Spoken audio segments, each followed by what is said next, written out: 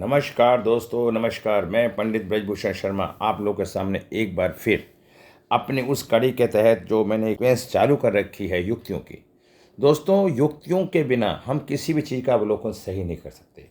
हमें कैसे पता, जब दो व्यक्ति एक साथ होते हैं तो दोनों के नेचर अलग अलग होते हैं, तो उनकी ज्ञान की प्राप्ति के लिए इसी तरह से एक व्यक्ति का मूल्यांक और एक का भाग्यांक जब होते हैं तो भाग्यांक और मूल्यांक में दोनों में फर्क होता है।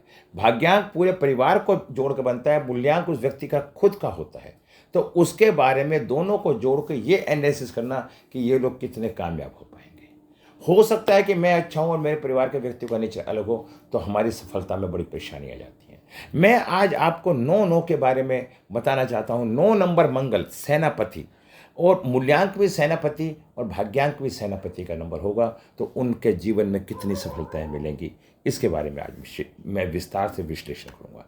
दोस्तों, उसके करने से पहले मैं आपको एक बार फिर कहना चाहता हूं कि मेरे चैनल को आप सब्सक्राइब करें इमीडिएटली। वीडियो में, क्योंकि मैं प्रतिदिन वीडियो डालने का प्रयास करता हूं, वो वीडियो आपके पास पहुंचती है।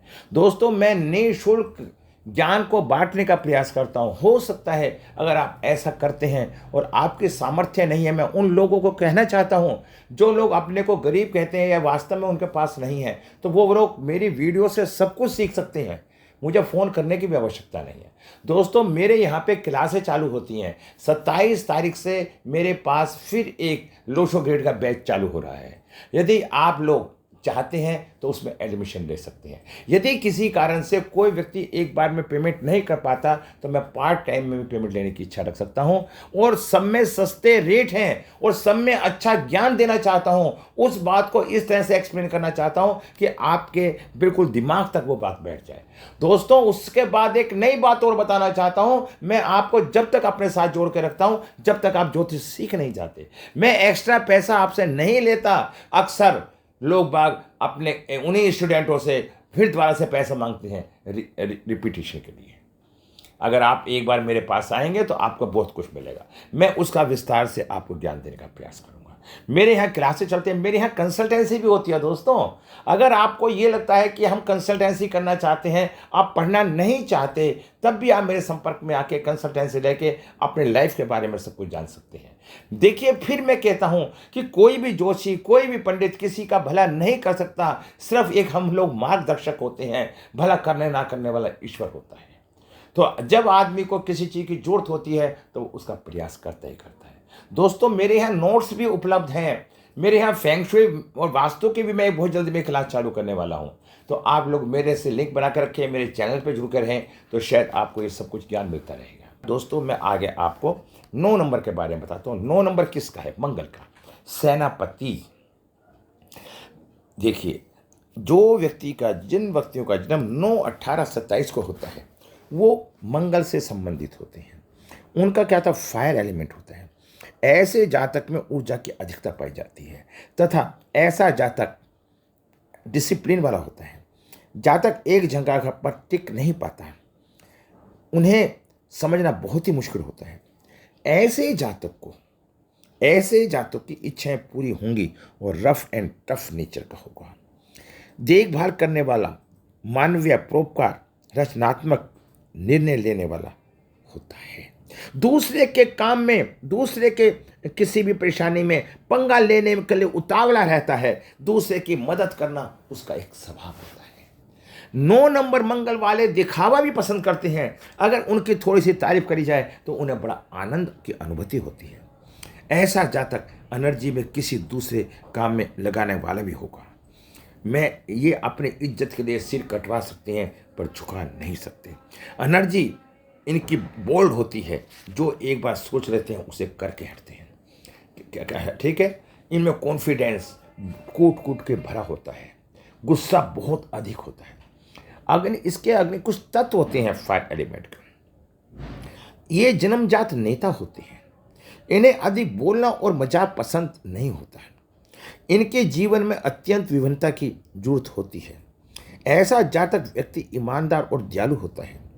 अगर आपके घर का प्लाट त्रिभुज आकार में का है, आप अग्नि आकार के मकान में रहते हैं, इनमें अधिक बहस करने की शक्ति होती है।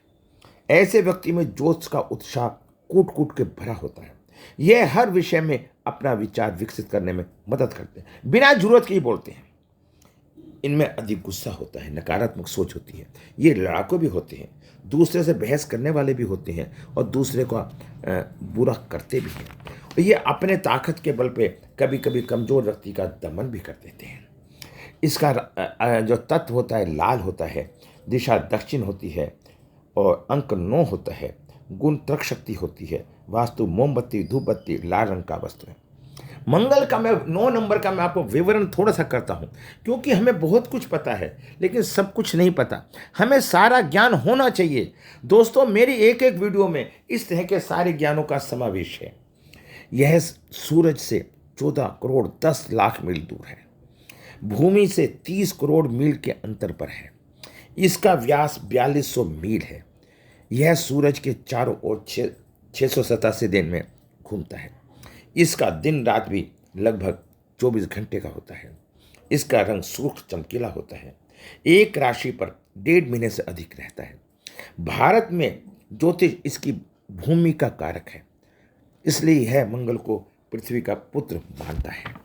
मैं बताना चाहता हूं, मंगल के नाम भू भूमि, क्षितिज, समाज, वह ठीक है। एक नाम इसका और भी है, फारसी में तुर्की पलक, अरबी में मिरिख, अंग्रेजी में मार्स। मैंने आपको बताया इसकी 2 राशियां होती हैं, मेष और वृश्चिक। इसका शुभ धातु स्वर्ण, तांबा, दिशा दक्षिण।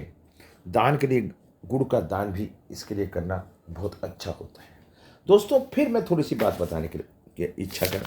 मैं तो आपको टाइम पे टाइम 9 नंबर के बारे में विस्तार से, ये शक्तिशाली होते हैं, साहसिक होते हैं, नीडर होते हैं, कार्य करने में विश्वास, समझदार होते हैं, विश्वास होते हैं, बहस करते हैं।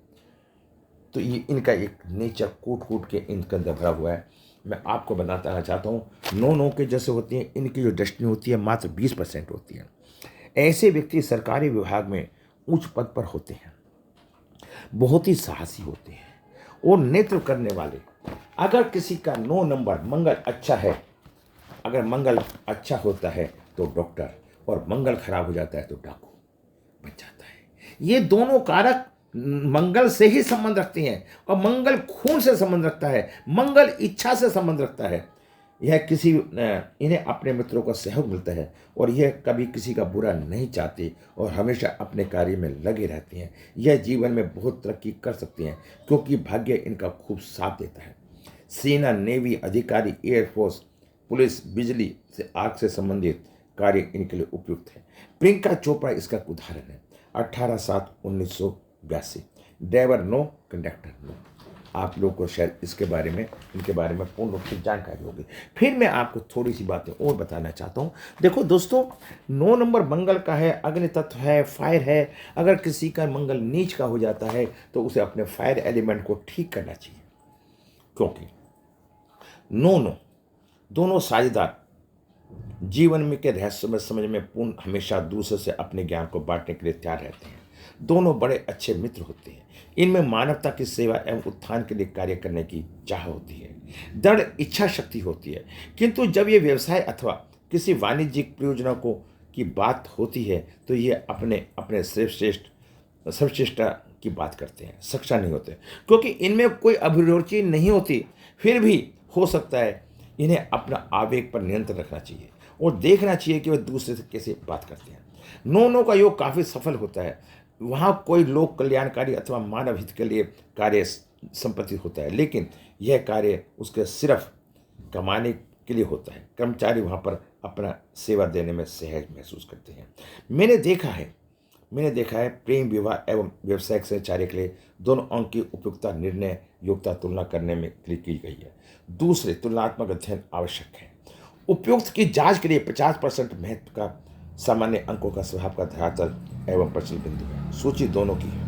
इसके साथ में आपको थोड़ी सी और बात बताने का प्रयास कर रहा हूं कि 9 नंबर जो होता है मंगल का होता है और उसका जो पार्टनर होता है, अगर उसका भी 9 नंबर होता है तो दोनों में या तो प्रेम बहुत होता है या दोनों में नफरत हो जाती है, क्योंकि दोनों एक दूसरे की सुनना नहीं चाहते। अगर उनमें ये समझ आ जाए कि ये भी मंगल परवल है और मैं भी मंगल परवल हूँ, कि मुझे इसके आगे गुस्सा नहीं करना चाहिए, तो उनका आपस का प्रेम बहुत अच्छा होता है। लेकिन कभी कभी क्या होता है, हमारे वैदिक कुंडली के अनुसार किसी का मंगल नीच का हो जाता है और किसी का उच्च का, तब भी उनके विचारों के अंदर एक मतभेदता बनी रहती है। दोस्तों, मैं वैदिक से, लाल किताब से और न्यूमरोलॉजी से, लोशो ग्रिड से, चारों पांचों तरीकों से अनुभव करने के बाद किसी चीज को बनाने का प्रयास करता हूं।